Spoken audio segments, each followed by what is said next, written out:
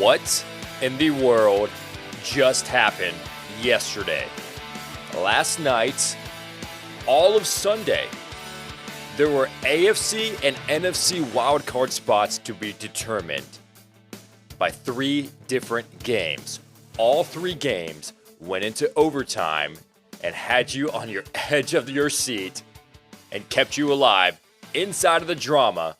We didn't know what was going to happen, and the most unlikely scenarios was actually a possibility for many, many teams. Hello, everyone. Welcome to a brand new episode of Time2Football. My name is Hassan Khan, the host of this channel that we like to call Time2Football. Glad you guys are able to join us for this wonderful, marvelous Monday morning as we recap what in the world just happened.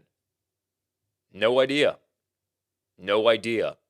But we're here to break it down, and we're here to talk about it. And this is why the last week of the regular season is so amazing, because you have no idea what is truly going to happen. As you guys are joining us throughout the duration of the show, you guys might be viewing this live on YouTube. I encourage you guys to tune in, join us in the live chat, leave your comments down below. As a matter of fact, we have some people that are leaving their comments here today. We got Melee saying morning to you, Melee. Thank you for joining us. Chris saying, I'd hate to be a head coach today. Yes, absolutely. Black Monday, and for some of us, Black Sunday, as there were some games on Saturday and some firings that happened on Sunday, which we're going to get into when we talk about NFL news and notes. Melee saying overtime was so good, in reference to maybe last night's game, Sunday Night Football. Maybe it was the NFC West battle between the Rams and the 49ers, or maybe even the AFC North battle between the Steelers and the Ravens. So much to unpack on this episode, and I can go ahead and tell you this might be one of the longer versions of Time to Football that we have here this morning, as we are going to catch you guys up with everything that happened this past week. So let's go ahead and get you guys caught up with NFL news and notes for today, January 10th, 2022. As I mentioned, Black Sunday is actually a thing. Black Monday is known as the Monday after the regular season is over. Teams analyze their seasons and they fire the head coaches that have underperformed.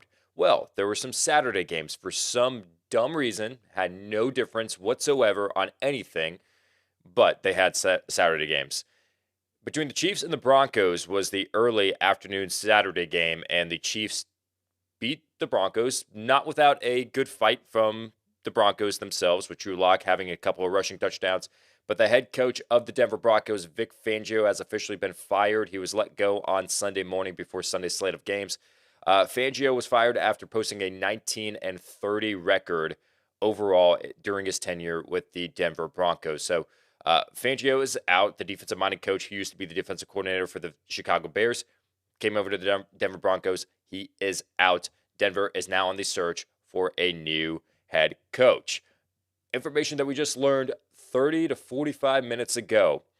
Mike Zimmer has officially been fired by the Minnesota Vikings.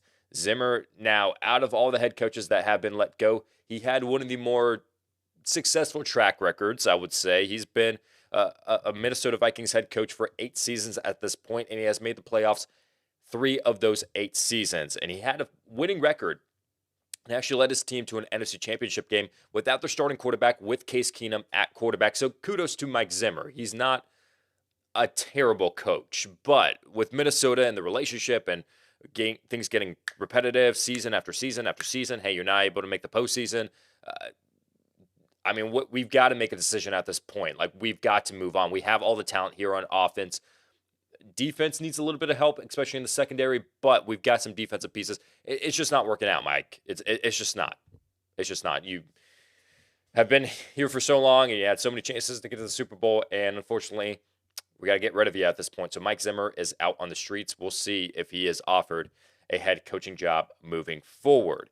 Speaking of Mike Zimmer, it was kind of an interesting breakdown, or I guess the last couple of weeks for Mike Zimmer, because he was getting snappy with the media, which he might occasionally here and there. Probably getting tired of being asked the same questions over and over.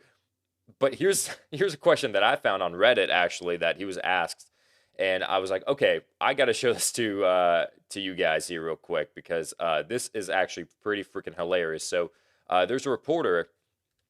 I think he covers the Minnesota Vikings. He might be a beat reporter. Chris Thomason. Chris Thomason asks Mike Zimmer about his job status. Zimmer then comments on Thomason's. Just watch this. This is freaking hilarious.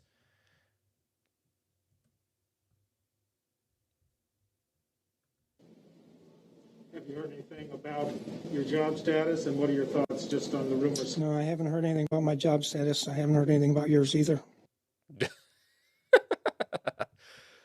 What in the freak? That was savage. That was savage. I'm going to play that back because the audio was kind of low, but let me go ahead and play this back and pay attention to what they were saying. Have you heard anything about your job status, and what are your thoughts just on the rumors? No, I haven't heard anything about my job status. I haven't heard anything about yours either. That, oh my gosh, dude. That was the freak. That was, hey, Coach Zimmer, that's, or no longer Coach Zimmer, but Mike Zimmer. That was freaking hilarious. That was the most savage thing I've ever heard in probably the last 8 hours before I was preparing for the show. That was amazing. So freaking hilarious. I got a good chuckle out of that. That was really, really good. So yeah, he's a savage, but unfortunately, he's an unemployed savage, and maybe not for long because he's had a good track record, like I said. But then also, like I said, that he's kind of losing touch, and the last couple of weeks has just been kind of odd moving forward because Mike Zimmer with Justin Jefferson. Okay, 17 game season. You saw last night or yesterday, all day actually, as a matter of fact, everybody was hyping up these franchise records. Tom Brady is the second quarterback to throw 5,000 yards in multiple seasons. Great accomplishment, but you had 17 games.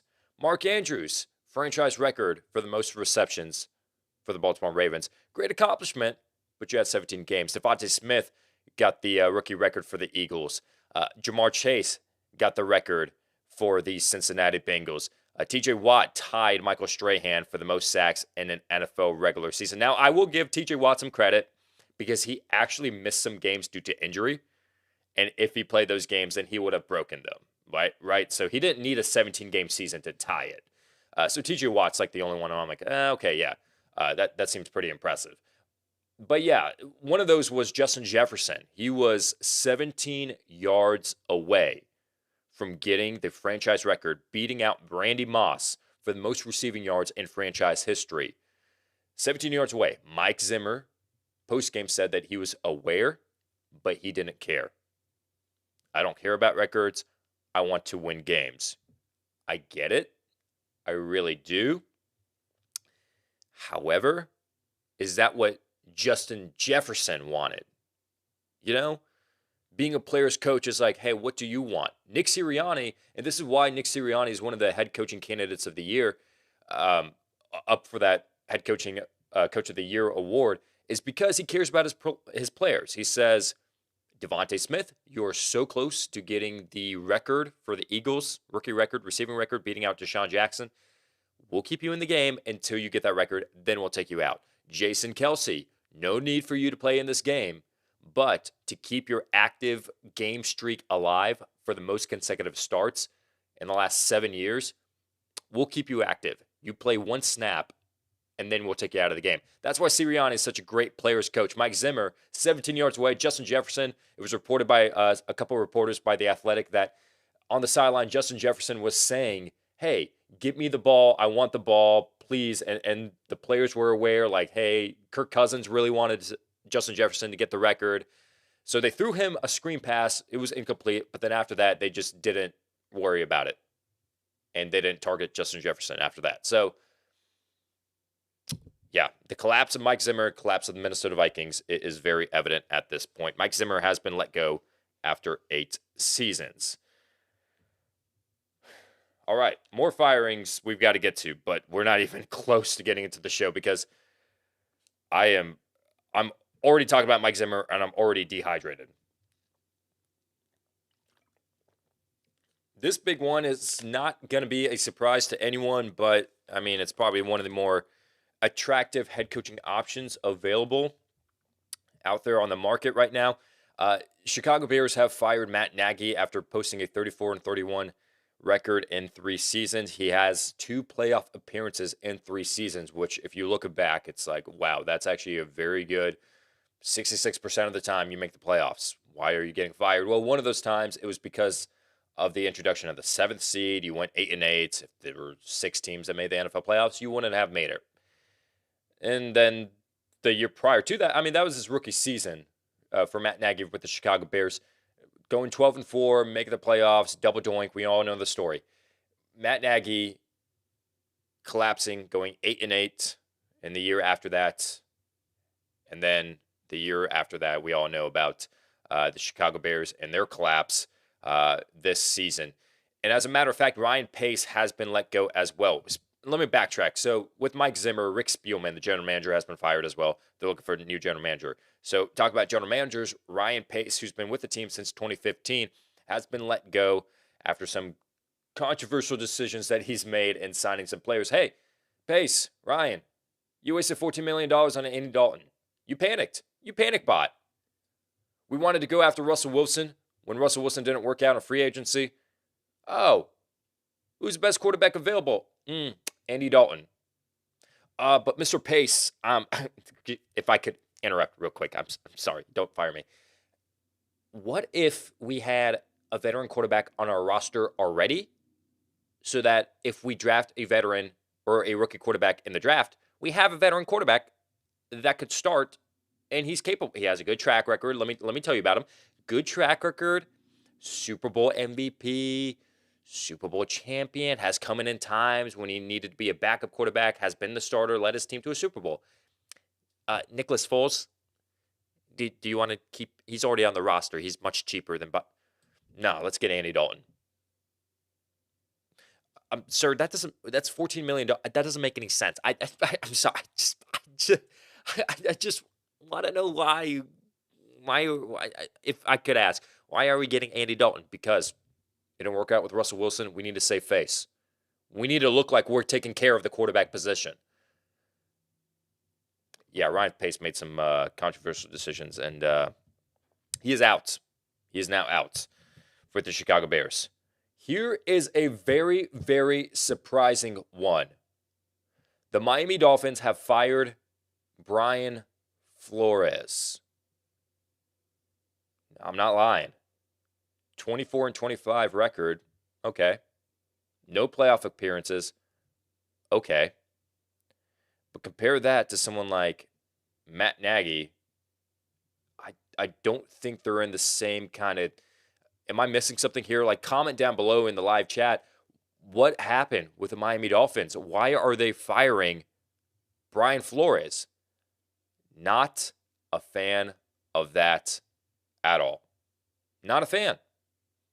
Not a fan. But the Miami Dolphins have made their decision, and they're moving on from Brian Flores.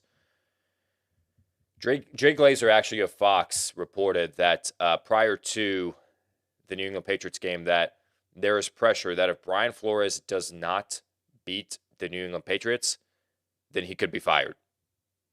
And what he did, what'd he do? He beat the New England Patriots. He was still fired. But something that Jay Glazer said, that, and I agree with him, that if the Dolphins decide to move on from Brian Flores, it would be idiotic. And Brian Flores, in a matter of 2 seconds, figuratively, not literally, would have a job.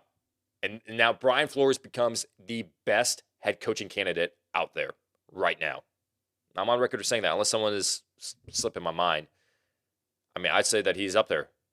Brian Flores would be a great asset to the Chicago Bears, to the Minnesota Vikings, to the Jacksonville Jaguars. Why? Why get rid of Flores? Great players coach, turned this season around when they were 1-7. Maybe he was responsible of leading them to a 1-7 record, but given the roster that he's had the last 3 years, he's done a very good job. Miami Dolphins thought otherwise. They let him go. Brett saying, my thoughts exactly about Flores. I don't get it. Tua and others were showing promise, and he was winning games. I don't get it either. I'll be honest with you. I It is what it is. So, whatever. We're just gonna roll with it. Pete Carroll has no worries about his job status, so we're firing a lot of coaches, and Pete Carroll is one of those that was. I don't think anyone really thought Pete Carroll was going to get fired. I personally didn't. I mean, this is your first season where you've been bad in your whole 10 years, 9 years, however long you've been with the Seattle Seahawks. First season that you've been bad and had a losing record, you're fine. Like, you're good. Don't worry about it.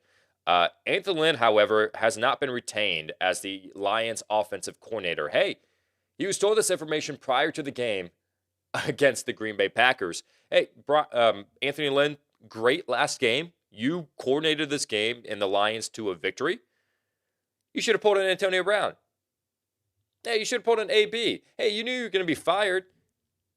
Why coach? Just pull an AB. Third quarter, 2 minutes left. Take your headset off. Nah, I'm done. Hey, where do you think you're going? That's Dan Campbell. That's my Dan Campbell impression. Hey, where you going, man? I don't know. I'm trying to do his jaw. Where you going? Come back here. Get the F back here. No, I'm done. I'm done. It's over. Then he'd have to find his own flight home. But still, it would have been worth it. Anthony Lynn. Oh, they were playing in Detroit. No, he could have just driven home. He would have been fine. The Jaguars have interviewed Kellen Moore and Byron Leftwich this past weekend. So Kellen Moore, prior to their Saturday night game, got interviewed over Zoom. And then Byron Leftwich has been interviewed as well by the Jacksonville Jaguars. They are two good candidates for the Jaguars, as well as Doug Peterson has interviewed with the Jaguars as well, and many other candidates as well. Bill O'Brien is also in the running to be the Jaguars head coach. Believe it or not, they are in line to interview him. The Panthers are interviewing Jay Gruden, former Redskins head coach. Kevin McDowell, the offensive coordinator of the Los Angeles Rams, and Bill O'Brien, the current offensive coordinator of Alabama, who's going to have his hands full here tonight in the national championship game, as they're interviewing for their new open offensive coordinator job.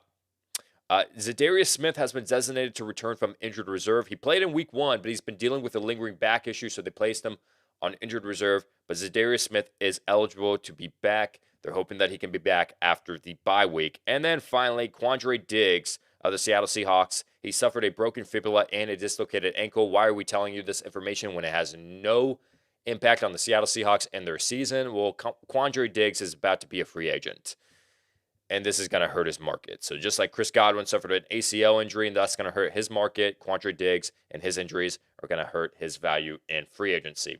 May not get re-signed by the Seattle Seahawks. And that is your NFL news and notes for today. Yeah, wow. Took a lot of time to get through those NFL news and notes, but we got through it. We got through it, homies. Appreciate you guys tuning in and getting through it. As a matter of fact, I'll go ahead and take a break real quick and talk to you guys in the live chat.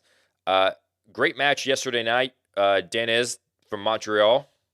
Thank you for tuning in. Yes, it was fantastic. And that's actually what we're going to talk about. We're going to talk about 10 things that we learned like we do every Monday. But then after that, we're going to talk about the Raiders and Chargers game, in my opinion, on why I believe it was the best game, one of the best games in NFL history. And I'll give you a reason why. I'll break it all down, and I'll tell you. Kel saying, go Raiders. Juan saying, good morning, brother. I agree Flores should have received at least one more season. Yeah, just one more. Just one more. After next season, if it's like the same result, like go 8-9 or whatever, sure. But it was kind of, yeah, not a good sign. Pulling an AB would have been not a good look for his career. Okay, yeah. You're right, Melee. I kind of forget sometimes that, like, oh, I guess I got to get a job somehow. Antonio Brown at this point, he's like, I'm done. If I get hired, sure. If not, 10 things that we learned from this past Sunday of NFL action. So a lot happened. 3 overtime games that determined the outcome of the AFC and the NFC wild card and playoff picture. What we do on this show is we give you 10 things that we learned from this past Sunday's slate of games, including Saturday as well. Don't forget the Chiefs and Broncos and the Cowboys and Eagles. We're actually going to mention the Cowboys in one of these 10 things. Takeaway number 1, Brandon Staley cost himself the Coach of the Year award. I'm not talking about just from yesterday. I'm talking about all season long. Brandon Staley is a big analytics guy. And I kind of touched base on this, and this is going to be takeaway number 2, which I'm not going to get too much into it. But so much emphasis is put on going for it on 4th down, going for 2-point conversions, because the analytics and the stats say you should. Use your mind sometimes. It may not be smart. It may not be smart. And Brandon Staley, because of the inconsistencies that the Chargers have had, very good roster, very good team, is capable of being a playoff team. He cost himself the Head Coaching of the Year award. If any of those if he would have won 2 more games, they would have been in the playoffs, and I honestly believe that they would have been toe-to-toe with either Chiefs or the Bengals in the wild card matchup, and they proved that they could go toe-to-toe with the Chiefs. They beat the Bengals earlier this season. They would have made a deep playoff run. Brandon Staley cost himself the Coach of the Year award. Takeaway number 2. I touched base on this last week, and I'm just going to keep on mentioning it because of what we saw last night. These 4th downs and these 2-point conversions are getting way out of hand. Way out of hand. Dude, yesterday, the game between the Chargers and the Raiders, 4th down, it was 4th and short, 4th and 2, 4th and 1. I get that. But on your own 18, shifted the entire momentum of that game. There were moments earlier this season when the Chargers went for it on 4th down.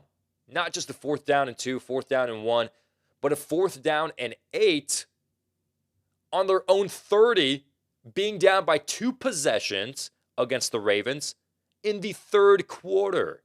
Maybe he was just trying to get the momentum going for the team, saying, hey, I believe in you. I believe in the offense. But this isn't Madden. Everybody's playing this like it's Madden. John Harbaugh, I get it. Ask your players, do you want to go for it? Do you want to win this game? But sometimes you got to make the decision yourself. Hey, might be better, might be safer, might be smarter. Instead of going for the 2-point conversion, let me go for the field goal, the extra point, tie it, and I have a chance in overtime. You never know what's going to happen in overtime. You might have a chance in overtime of winning the game. Cost themselves 2 games. They're out of the playoffs. So, guys, coaches, this isn't Madden. We need to stop treating this like it's Madden. Hey, whenever I'm playing online in Madden and someone goes for it on 4th down and 24 on their own 15-yard line, guess what I do on 4th and 5 on my own 40? I punt. Because I know that's smart. I know it's the best thing to do. So I figure in the own NFL and real-life football instead of a video game, you'd be smarter about that. But these 4th downs and 2-point conversions, way out of hand. Stop it. It's 2022. Let's put an end to it. No 4th down, no 2-point conversions outside of reason in 2022. Let's make it happen. Takeaway number 3, the Raiders have the most momentum going into the postseason. Hey, 4-game winning streak. A lot has been against them. So many injuries, so much offseason drama or off-the-field drama that the Raiders have gone through. They have the most momentum. And if I'm the Cincinnati Bengals, who I would say have the second most momentum in the postseason, I'm kind of like, oh, shoot, man. This game could go back and forth. It could go between either way, go back and forth between each team. I don't know who's going to win that game, to be honest with you. But yeah, the Bengals and the Raiders have the most momentum, and I give the edge to the Raiders. Takeaway number 4, the Cowboys are still the most well-rounded team. I came out with a video a couple weeks ago. Who's the most well-rounded teams in the NFL? My number 1 team was the Dallas Cowboys. I mean, when you have your 4th-string running backs coming in and getting a touchdown against the Philadelphia Eagles, guys, your starters are already out. The Eagles starters, most of them are already in. That already tells me you have so much depth on your team that you're fine if an injury were to happen. They're so well-rounded at quarterback, at running back, at wide receiver, on the offensive line, on defense, in the trenches, at linebacker, and the secondary. This team is so freaking good. Watch out for the Dallas Cowboys. Takeaway number 5, the NFC West is the best division. Hands down. Hands down. There might be the AFC West as well. You've got the Chargers, Raiders, and the Chiefs competing. The Broncos didn't finish with a bad record either. But still, like if the game ended in a tie, and the Raiders and the Chargers went to the playoffs, then we might be talking about the AFC West having 3 playoff teams, and they might be the best division. However, the 49ers, they actually beat the Rams twice this season. The Rams, we know, are a really good team. The Cardinals, we know, are a really good team. The NFC West is the best division in football. And had Russell Wilson been healthy and not suffer that injury, maybe the Seattle Seahawks might have had a chance to make the NFL postseason. Takeaway number 6, I stand by it. Still stand by it. Either Jonathan Taylor or Cooper Kupp needs to be the NFL MVP. I get the fact that it's Aaron Rodgers. I hate that. I really do. Because it's not a quarterback award, but it's turned into a quarterback award. But if you want to talk about the most valuable person for their team, listen, Jonathan Taylor. The Colts are 0-7, 0-8, I believe. When Jonathan Taylor... let me backtrack that. The Colts are 1-7 when Jonathan Taylor rushes for less than 100 yards. They are 9-1 when Jonathan Taylor rushes for more than 100 yards. If you want to talk about who's the most valuable for their team, it's Jonathan Taylor, because Jonathan Taylor is the biggest factor in determining if the Colts win or lose. If he rushes for over 100 yards, the Colts are more than likely going to win. That's valuable. It's a quarterback, the quarterback's most valuable position on the field. So it's got to be Aaron Rodgers. Take Jonathan Taylor away from the Colts. The Colts have a 1-7 record. Cooper Kupp even. Maybe if you take Cooper Kupp away from the Rams can still get it done because they have a high-powered offense. But he's a big factor in that offense. And statistically, leading the league in receptions, yards, and touchdowns. He's making history at his position. Hey, give it to the guy that's making history, not another guy that's having another good season at quarterback. I stand by it. Jonathan Taylor or Cooper Kupp needs to be NFL MVP. Takeaway number 7, the Bucs have great depth. They're unfazed with injuries and the losses of players on their team. Antonio Brown, doesn't matter, we're good. Leonard Fournette, doesn't matter, we're good. Ronald Jones, doesn't matter, we're good. Mike Evans has been dealing with a hamstring, doesn't matter, we're good. Chris Godwin, doesn't matter, we're good. The Bucs are good. They have one game plan, and they really believe in the next man up. Ronald Jones, Leonard Fournette, you're out. Okay, Keyshawn Vaughn, Le'Veon Bell, you guys are going to work in these specific rules, utilize in the same way. That's just what we're going to do. This is our game plan. They're so good at depth, and they're unfazed by releases and injuries. Takeaway number 8, Zach Wilson will be solid next season. I truly, honestly believe that. I know he was held to under 100 yards, passing yards yesterday against the Buffalo Bills, but this whole season, I'm talking about the whole season in general, Zach Wilson has been looking good. He's been looking great, and I'm confident that Zach Wilson in 2022 is going to be solid for the New York Jets. Takeaway number 9, if the Saints don't land Russell Wilson, they need to draft a quarterback with either their 18th pick or they need to draft up or trade up. There's no other option at this point. I saw a little bit of the game. I saw the game between the Falcons and the Saints. I saw Taysom Hill play. I saw Trevor Siemian come in for an injured Taysom Hill. No doubt about it. It's got to be either Russell Wilson or it's got to be a rookie quarterback moving forward. I think the Russell Wilson drama trade talks are going to pick up in this offseason, and I think the Saints are one of his destinations that he likes to go to. They can't land him. Rookie quarterback.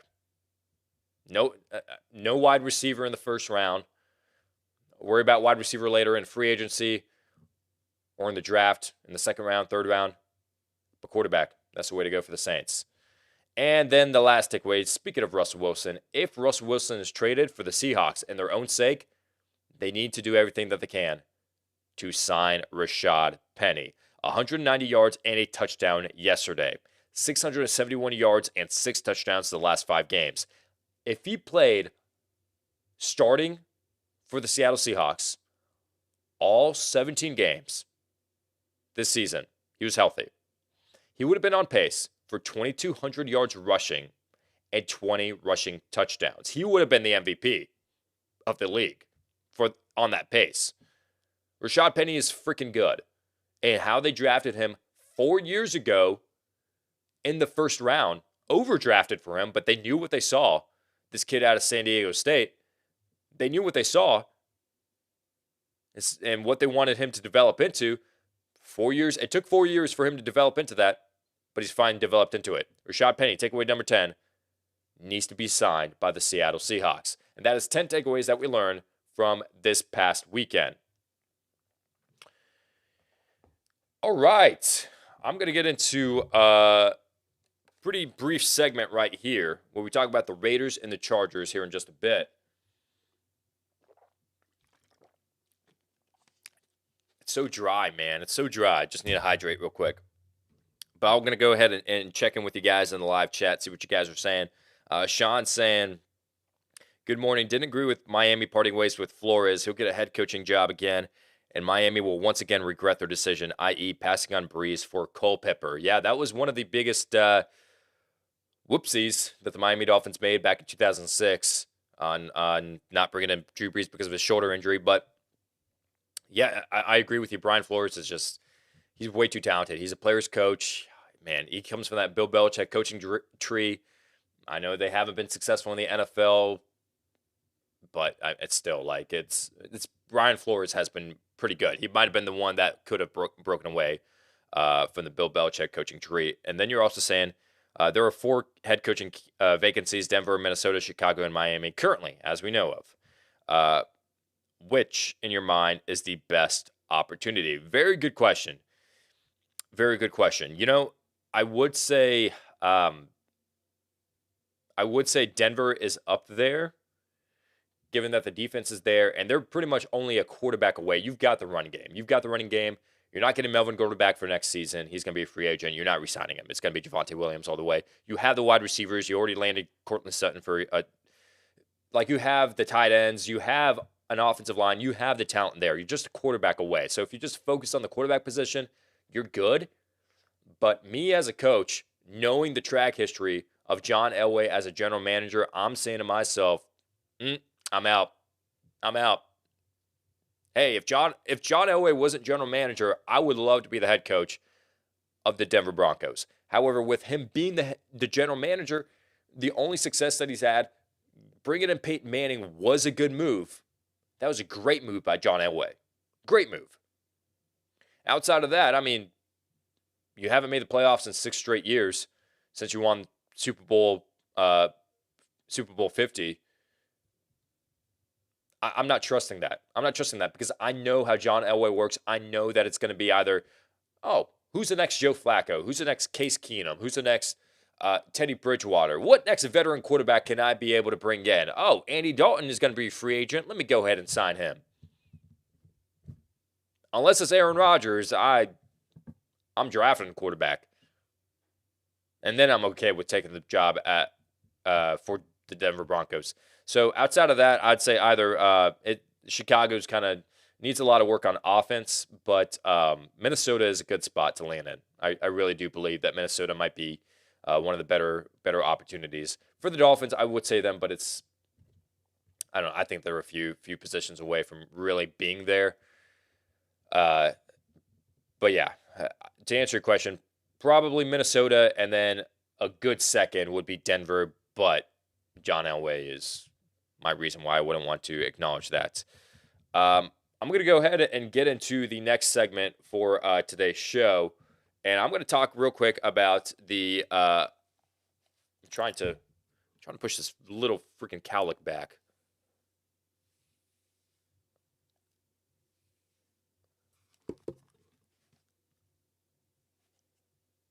How I look, Mom? Do I look great? Oh yeah, oh yeah. All right. So let's go ahead and talk about the Raiders and Chargers that played on Sunday Night Football. How fitting was it that game number 272, the season finale, win and you're in, lose and you're out, would be one of the best games of the season, if not one of the best games in NFL history. Hold on. Don't freak out. Let me explain. It's not the best in the sense of the score was 59-51. Both quarterbacks throw for 500 yards. No, not in that sense. But if you're a fan of the NFL and you love playoff scenarios and you love the mind games and the brilliancy and the intellect and the cerebral drama, the thought process behind every single play, every single situation, you could say that this Chargers and Raiders game is one of the best in NFL history. Let me break it down even further and give you some reasons in order on why it was the best.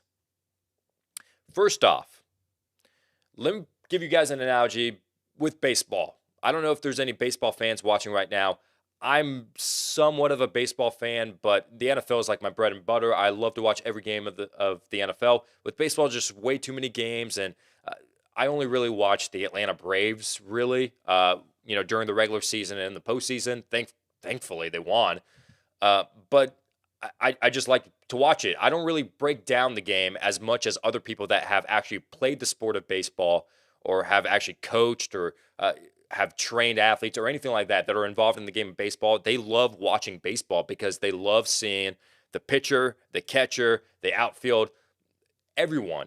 Like you ask any baseball fan, you ask them, why do you love baseball so much? And they say there's so much going on. Even though it seems slow to the average person, there's so much, so many scenarios, so many things happening right now in the game that if you were involved with it, that you played it, that you coached in it, you can pick up on all of those things and you love watching everything happen. When I saw the Chargers and the Raiders play, every situation I could relate to that baseball fan. I was like, every single play, every single drive has weight to it, given the scenarios of this game and the situation.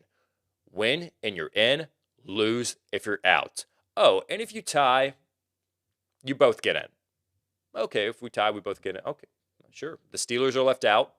Who cares? Like, a tie is a tie. We get in, but that's unlikely. That's not likely to happen. But let's go forward to the next reason. We're going to get back to that unlikely to happen scenario. When the score was 14-29, actually backtrack, when it was 14-26, in my mind, I was thinking to myself, like, okay, a tie, probably not going to happen. That's 12 points. At this point, the Chargers are just playing for a win. Like, you got to come back. You got to win this game. Chargers win. Raiders are out. Raiders win. Chargers out. Cool. Not going to be a tie. And then the Raiders kick a field goal. It's 14-29. You have 2 possessions for the Chargers. You have to make every play and every drive count. From that moment forward for the Chargers, go for it on multiple fourth downs. Go for it on the 2-point conversion. You score a touchdown, 20-29. Let's go for it on 2. See if we need an onside kick it. What's our situation going forward? They get the 2-point conversion, 22-29. And then the final drive of regulation, moving down the field. So many plays. It took forever. It seemed like the last minute of a basketball game where a minute can last like 15 minutes. That's what it was. The Chargers out of bound passes, timeouts, rushing to the line, fourth downs, incomplete passes. Now, these fourth downs, they weren't just 4th and 1, 4th and 2, run the ball. They were 4th and 8, 4th and 10, and Justin Herbert was zipping them into his receiver. Curl routes, Mike Williams, track him. My first read, the whole time, zip it, first down. Multiple first down after first down after first down that kept you on the edge of your seat. Like, is this actually going to go into overtime? And guess what? It did on the final play of regulation as the time expired, as the clock expired, Mike Williams with the touchdown. There were so many points just in regulation where it could have been a game-ending play. Oh, if they don't get this fourth down, it's over. If they don't get this touchdown, it's over. But it happened. And then it went to overtime. And Steelers fans were really, really, really at the point where they're like, man, is this really happening right now? Are we getting the short end of the stick? Reggie Wayne, as a matter of fact, every hashtag Pittsburgh player or fan butthole so tight right now. And I agree. They're on that point that they were very, very nervous. Now you got to think to yourself. Chris Collinsworth was actually talking to himself, talking to Al Michaels during the broadcast, was saying, my mind is just thinking, and as soon as he said that, I was like, hey, Chris, I know exactly what you're going to say. And I know exactly what millions and millions of the people are going to say that are watching this game right now. I know exactly what's going to happen. And it was this, and we actually took a poll on Twitter. Should the Chargers and Raiders just kneel on every play of overtime? 73% of you guys agreed, and 26% of you said, nah, just play for the win. But I'm thinking to myself, well, if you just kneel, hey, the Raiders get the ball first. Just keep kneeling, keep kneeling, keep kneeling. Punt it. The Chargers get the idea. Oh, they're just surrendering. They just want to go ahead and play for the tie. The Chargers, kneel, punt it. Raiders, kneel, punt it. That could have happened. But they took the safe approach. They ran the ball. Sometimes they passed it, which was kind of risky, but they ran with the ball. And eventually, it got to the point where each team was able to kick a field goal and tie it up. And the Steelers fans were getting nervous. Like, I don't care who it is. Someone score a touchdown. Someone score a field goal. And let's just walk away. Let us go into the postseason. And the other team goes into the postseason as well. So the situation behind everything was one of the reasons why it made it one of the best games ever. The fact that every play and every drive mattered, that the game could have ended on multiple plays, made it one of the best games ever. The fact that the Chargers were able to come back, the comeback aspect of it, a 15-point deficit, made it one of the best games ever. The fact that you could kneel on every play and tie this game made it one of the best games ever. The Chargers took a timeout when the Raiders were just playing for that tie. Rich Bisaccia, interim head coach, said, whatever it takes to get in the postseason, hinting that he could be okay with the tie. They were running the ball. Brandon Staley, timeout to get his run defense adjusted. And that, according to Derek Carr, shifted the mindset of the Raiders. Why'd they call a timeout? There's 30 seconds left. We're playing for a tie. Let's just go ahead and both tie this game and walk out of here. Brandon Staley, post-game press conference, which I kind of agree with, stated that they were playing to make the field goal longer and longer for Daniel Carlson so that they can't win. Good thinking by Staley. The Raiders misinterpreted it and started playing for the win at that point, it seemed like. Even though the next play was a run play, the Chargers defense wasn't able to stop them. Daniel Carlson comes out with 3 seconds left on the clock in overtime. As time expired in overtime, if the field goal hits, the Raiders win. If it misses, it's a tie, and the Raiders and the Chargers make the postseason. Daniel Carlson makes it, and the Raiders are in, and the Chargers are out. All of this encompassed is the reason why this game is one of the greatest games that we've ever seen in history. Again, it's not because it was a high-scoring 62-59 score. It wasn't because Justin Herbert and Derek Carr both threw for 500 yards. It's because of the baseball fan and that analogy of how you're an NFL fan, every scenario, every situation, you're on the edge of your seat. Whether you're a fan of these teams or you're not a fan of these teams, you love good football. You analyze every single aspect, every single scenario, every single situation. What is going to happen next? This could happen, and it would be the first time that we ever see anything like this in NFL history. And to make it even better for the Raiders particularly, why it's one of the greatest ever, some of the greatest games in NFL history have some weight to it as far as the situation and how they got to this spot. For instance, the New York Giants in 2011, they were 7-7. People wrote them off. People didn't believe on them.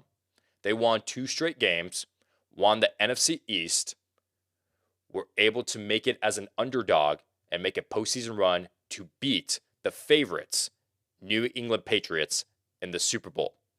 The Raiders were 6-7 at one point, won 4 straight games to make the postseason with an interim head coach, the first time that this has happened in 60 years, an interim head coach making a playoff appearance. They've dealt with the off-season drama, off the field drama, I should say, with John Gruden getting fired, with Henry Ruggs and Damon Arnett, 2 first-round picks, dealing with legal troubles. They've been through it all. The injuries as well to Darren Waller. And yet, here they are saying, just win, baby. That is why this game is one of the best intellectual, brilliant mind games that you will ever see in NFL history. Raiders, congrats to you for making the playoffs. Now let's get into the live chat. Let's see what you guys are saying about this. Oh, I didn't create a graphic for it. Whatever. We'll talk about the live chat. Great game and great Raiders win for Madden. Oscar Boney, yeah. Can't forget about that either.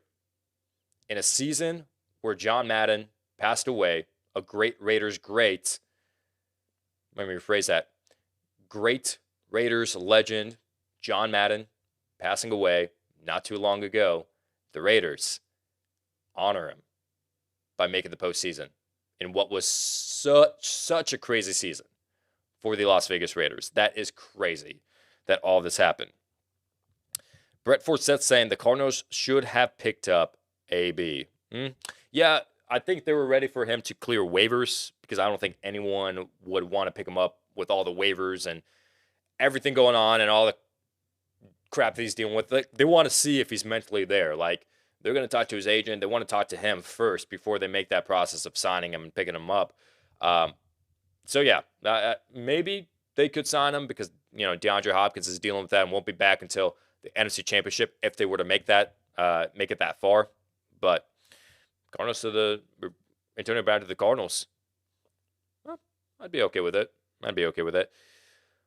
Sean Landry saying, agree with you 100% Russ to Nola. Not thrilled with the draft class. Only 2 that I entertain as Kenny Pickett from Pittsburgh and Matt Corral from Ole Miss. Yeah, I don't know the status because I don't follow college football that much. Is Matt Corral okay? I know that he suffered a leg injury in a bowl game, I want to say. And that might hurt his status. I don't know the severity of it, but I haven't heard anything major, so I think it's going to be fine. Kenny Pickett. I like Kenny Pickett a lot. Hey, as a matter of fact, Falcons fan, it's a New Orleans Saints fan. First of all, congratulations. I didn't expect anything out of the Falcons in that game. I was actually surprised that the first time we faced that the Falcons won. But anyways, I saw the draft order on NFL Red Zone, and it was actually before they updated everything, like going into the game, and I was like, oh, the Falcons are outside of the top 10. Like, here we go again. The Falcons don't do good enough to make the postseason, but they don't do bad enough to where they have a top 10 pick, with the exception of last year with Kyle Pitts. Here we go again. Another mediocre Caleb McGrady pick that we're going to get. Turns out that we got the 8th overall pick. I actually have the draft order pulled up here, so let me go ahead and show you guys this if you guys are interested in this.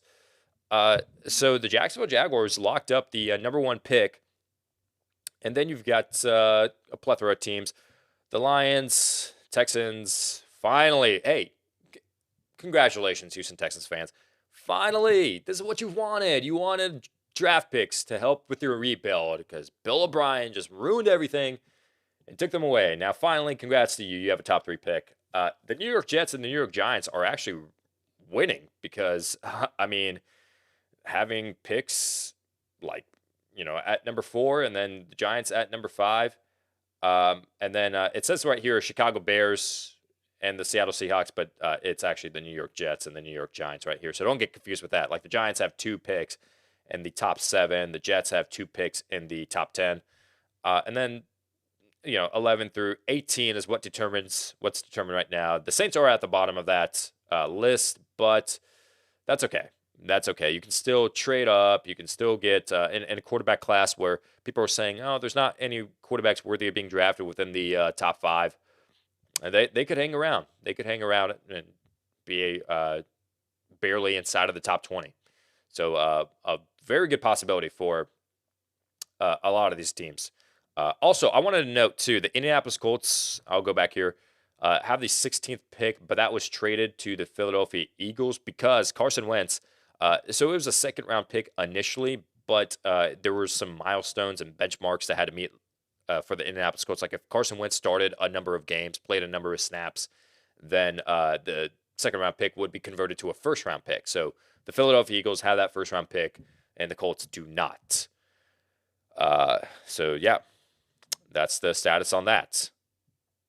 All right. I mean, no one's really tuning into the comment section. Like I said, this was the longest live show that we've had in the history of Time2Football.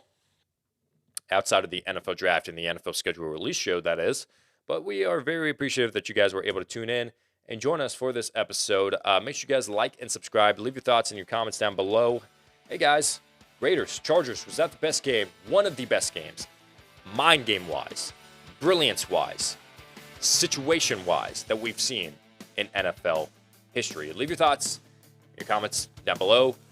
Thank you guys so much for joining us for this episode of Time2Football. And remember, Ryan Pace, if I may, just 1 second.